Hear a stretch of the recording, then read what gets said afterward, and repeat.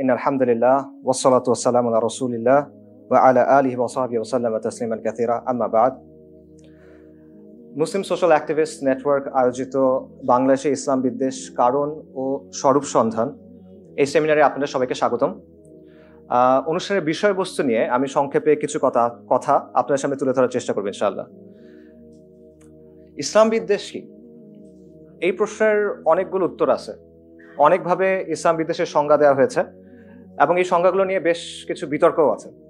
তো সেই বিতর্কের ভিতরে না ঢুকে আমরা সিম্পলি যেটা বলতে পারি সেটা হলো ইসলাম বিদ্বেষ হলো ইসলাম এবং মুসলিমদের বিরুদ্ধে বিদ্বেষ, প্রেজুডিস এবং শত্রুতার মনোভাব। এছাড়া বিভিন্ন গবেষক এবং একাডেমিক তারা এরকম বলেছেন যে ইসলাম বিদ্বেষ হলো অ্যান্টাই মুসলিম এবং অ্যান্টাই ইসলাম রেসিজম, অর্থাৎ মুসলিম বিরোধী বা ইসলাম বিরোধী বর্ণবাদী যে মানসিকতা, বৈষম্যমূলক যে মানসিকতা, সেটাকে অনেকে ইসলাম বিদ্বেষ বলেছেন। ইসলাম বিদ্বেষ বিভিন্নভাবে প্রকাশ পেতে পারে, এটা ডিফারেন্ট অ্যাসপেক্টস আছে। যেমন ইসলামকে বর্বর, মধ্যযুগীয়, পশ্চাৎপদ কোনো কিছু একটা হিসেবে উপস্থাপন করা, সমাজ এবং বিশ্বের বিভিন্ন সমস্যার জন্য মুসলিম বা ইসলামকে দায়ী করা, এটা বাস্তব সমস্যা হতে পারে, কাল্পনিক সমস্যা হতে পারে। মুসলিমদের বহিরাগত বা অপর হিসেবে দেখানো, তোমরা বাঙালি না, তোমরা এই সংস্কৃতির প্রতিনিধিত্ব করো না, এই ধরনের রিপ্রেজেন্টেশন। বিশেষ করে রিলিজিয়াস মুসলিম যারা ধর্মপ্রাণ মুসলিম, তাদেরকে দেশের জন্য হুমকি, নিরাপত্তার জন্য হুমকি, উন্নয়নের জন্য হুমকি, এভাবে রিপ্রেজেন্ট করা, এভাবে প্রেজেন্ট করা এবং একটা আস ভার্সেস দেম, আমরা বনাম তারা, এরকম একটা ফ্রেম তৈরি করা যেখানে মুসলিমরা বা রিলিজিয়াস মুসলিমরা সবসময় দেম, তারা বাইরের, আউটসাইডার্স। সো এই ধরনের দৃষ্টিভঙ্গির ভিত্তিতে বা এই ধরনের বৈষম্যের ভিত্তিতে মুসলিমদের আসলে এক্সক্লুড করা হয়। এটা ইসলামোফোবিয়ার একটা ফাংশন বা ইসলাম বিদ্বেষের একটা অ্যাসপেক্ট বা বিভিন্ন অ্যাসপেক্ট এটা। তো এখানে একটা বিষয় স্পষ্ট করা দরকার, সেটা হলো কোনো মানুষ ব্যক্তিগত পর্যায়ে ইসলামের কোনো বিধানের সাথে একমত না, বা সে কোনো একটা বিষয়ে মনে করে যে ইসলামের বিধানটা এরকম না হওয়া উচিত, এটা হতেই পারে, এটাকে আমরা ইসলাম বিদ্বেষ বলছি না। ফর এক্সাম্পল, একজন অমুসলিম নিশ্চিতভাবে ইসলামের বিভিন্ন বিষয়ে দ্বিমত পোষণ করবে। সে যদি দ্বিমত পোষণ না করতো সে তো মুসলিমই হইতো, রাইট? সো ব্যক্তিগত পর্যায়ে সে দ্বিমত করছে, এটাকে আমরা আসলে ইসলাম বিদ্বেষ বলছি না। এবং আমাদের ইতিহাসেও আসলে অ্যাকচুয়ালি এরকম এক্সাম্পল আছে।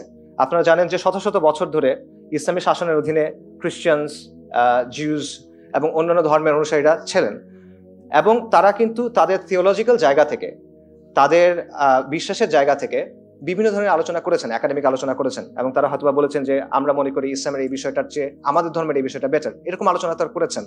এই আলোচনাগুলো কিন্তু ক্রিমিনালাইজ করা হয় নাই, রাদার উলামায়ে কেরাম এগুলোর জবাব দিয়েছেন, তারা রিফিউট করেছেন, বিতর্ক করেছেন, এটসেট্রা।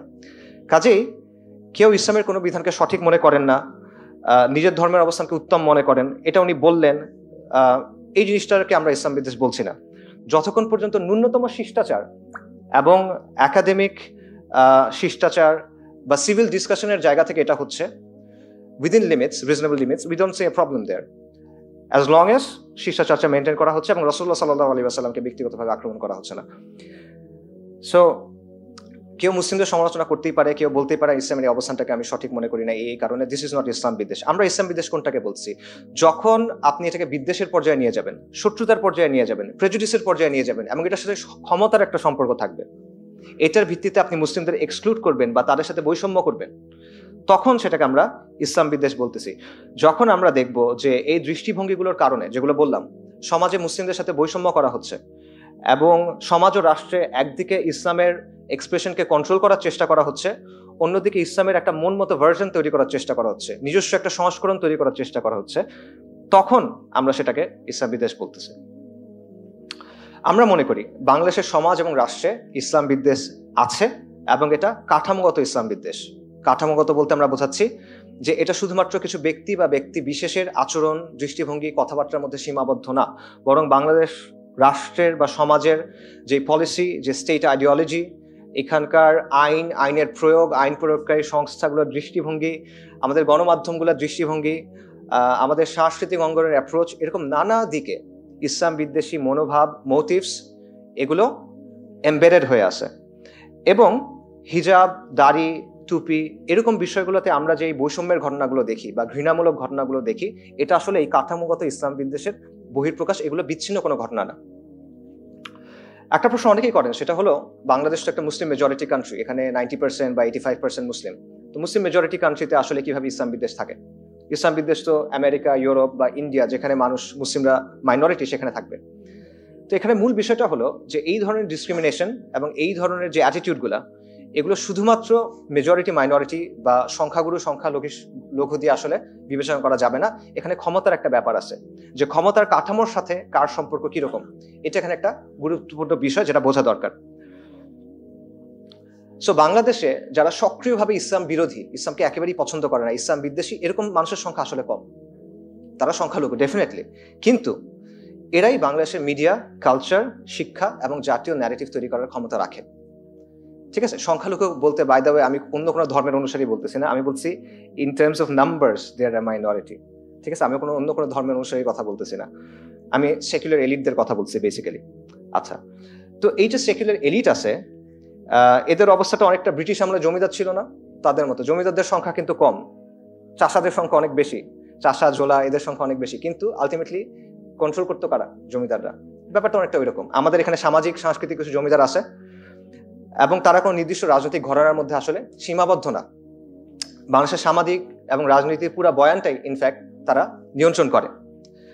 অন্যদিকে সংখ্যাগুরু হওয়ার পরও মুসলিমদের চিন্তা চেতনা, বিশ্বাস, সংস্কৃতি, এগুলোর কোনো প্রতিফলন কিন্তু আপনি দেখবেন না, শিক্ষার মধ্যে আপনি দেখবেন না। আমাদের শিক্ষা পাঠ্যপুস্তক নিয়ে এখন অনেক আলোচনা হচ্ছে, এখানে কাদের চিন্তা চেতনার প্রতিফলন ঘটলো, কোন সংস্কৃতির প্রতিফলন ঘটলো?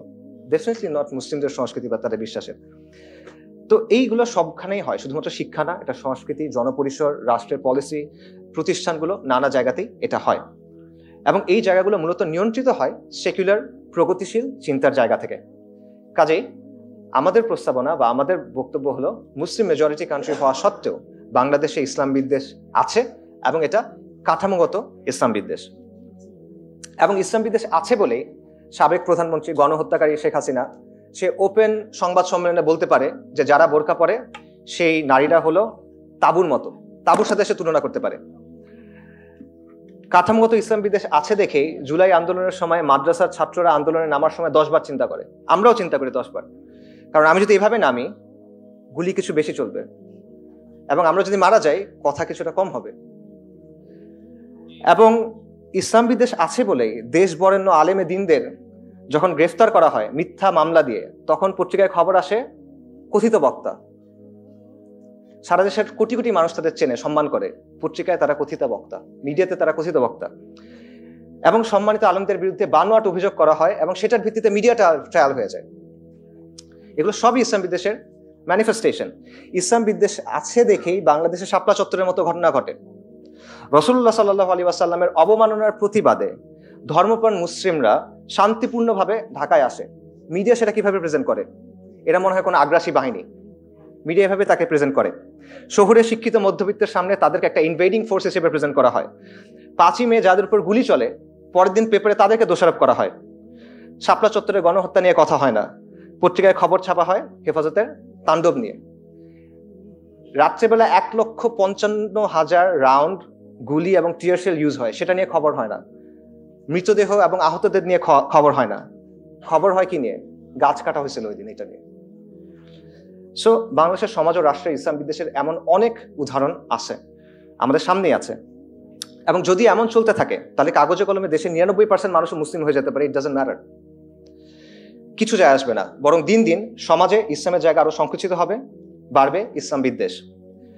এবং বাংলার মুসলিমদের দিন এবং আত্মপরিচয় যদি টিকিয়ে রাখতে হয়, তাহলে ইসলাম বিদ্বেষের মোকাবেলা করতে হবে। এবং যে কোনো সমস্যার সমাধানের প্রথম ধাপ হলো সমাধানটা স্বীকার করা, সমস্যাটাকে অ্যাকনলেজ করা, সচেতন হওয়া এবং সচেতন করা। কিন্তু আমাদের সমাজে, পাবলিক স্ফিয়ারে, জনপরিসরে এই আলোচনাগুলো অনুপস্থিত। এবং এই শূন্যস্থান পূরণে প্রয়োজন মুসলিমদের নিজস্ব উদ্যোগ এবং মুসলিমদের স্বতন্ত্র ডিসকোর্স তৈরি করা। এবং এ কারণেই মুসলিম সোশ্যাল অ্যাক্টিভিস্ট নেটওয়ার্কের পক্ষ থেকে এই সেমিনারের আয়োজন করা হয়েছে। এই সেমিনারের শিরোনামে আমরা বাংলাদেশে ইসলাম বিদ্বেষের কারণ ও স্বরূপ সন্ধান লিখেছি। আমরা প্রতিকার শব্দটা লিখিনি, এটা ইচ্ছা করে। কারণ হলো প্রতিকারের আলোচনা অনেক লম্বা, দশকের পর দশক ধরে যে জিনিসটা গড়ে উঠেছে, দশকের পর দশক ধরে যে জিনিসটা একটা দেশের, একটা রাষ্ট্রের, সমাজের কাঠামোর মধ্যে গেঁথে গেছে, সেটা আপনি একদিন ব্যাপী সেমিনারে আলোচনা করে সমাধান করে ফেলতে পারবেন না। বরং প্রতিকারের আগে আমাদের এই সমস্যার অস্তিত্ব স্বীকার করতে হবে এবং সমাজকে সচেতন করতে হবে। যে সমাজের ইসলাম বিদ্বেষের অস্তিত্ব স্বীকার করা হয় না, সেখানে প্রতিকারের আলোচনায় ঝুঁকে লাভ নাই। আগে আপনার এটা স্বীকার করাতে হবে মানুষকে, তারপর সামষ্টিকভাবে এই সমস্যার প্রতিকারের জন্য আপনার অ্যাপ্রোচ নিতে হবে, and it has to be multidimensional. আর এটা অনেক দীর্ঘ একটা প্রক্রিয়া এবং এটা একটা কঠিন প্রক্রিয়া। এর প্রথম ধাপ হিসেবে আমরা MSN এর পক্ষ থেকে এই আয়োজন করেছি। আমরা আশা করি ভবিষ্যতে আমরা এবং সমাজের সচেতন নাগরিক যারা আছেন, আলেম ওলামা যারা আছেন, সবাই মিলে এই বিষয়টা নিয়ে ইনশাল্লাহ আরো কাজ করবেন এবং আল্লাহ আমাদের এই উদ্যোগ কবুল করুন, আমাদের নিয়তগুলো বিশুদ্ধ করে দিন এবং আমাদের সবর এবং ইস্তিকামাত দান করুন। অনুষ্ঠানের ব্যাপারে সংক্ষেপে কয়েকটা কথা বলি। অনুষ্ঠানে দুটো সেশন হবে, একটা সেশন 1টার সময় শেষ, সালাত এবং লাঞ্চের ব্রেক। পরের সেশন 2টা থেকে শুরু হবে ইনশাল্লাহ। এবং এই 2 সেশন জুড়ে বক্তারা বাংলাদেশের ইসলাম বিদ্বেষের বিভিন্ন দিক দিয়ে ইনশাল্লাহ আলোচনা করবেন এবং আশা করি এই আলোচনাগুলো আপনার জন্য উপকারী হবে। শেষ করার আগে আমাদের সম্মানিত গেস্ট যারা আসছেন, মিডিয়া থেকে যারা আসছেন, তাদের সবাইকে শুকরিয়া জানাচ্ছি ব্যস্ত শিডিউলের মধ্যেও আজকে এখানে উপস্থিত হওয়ার জন্য। এবং বিশেষভাবে আমরা যারা ভলান্টিয়ার্স আছে, আমি তাদেরকে ধন্যবাদ জানাচ্ছি, কারা গত 2 দিন ধরে খাওয়া দাওয়া না করে, না ঘুমায় কাজকর্ম করতেছে। আল্লাহ আপনারা সবাই তাদের জন্য খাস করে দোয়া করবেন ইনশাল্লাহ। জাযাকুমুল্লাহু খাইরান। ইনশাল্লাহ আমাদের আয়োজন আপনাদের ভালো লাগবে। আমি আমার বক্তব্য এখানে শেষ করছি। ইনশাল্লাহ সন্ধ্যায় আবার কথা হবে আপনাদের সাথে। আসসালামু আলাইকুম ওয়া রাহমাতুল্লাহি ওয়া বারাকাতুহু।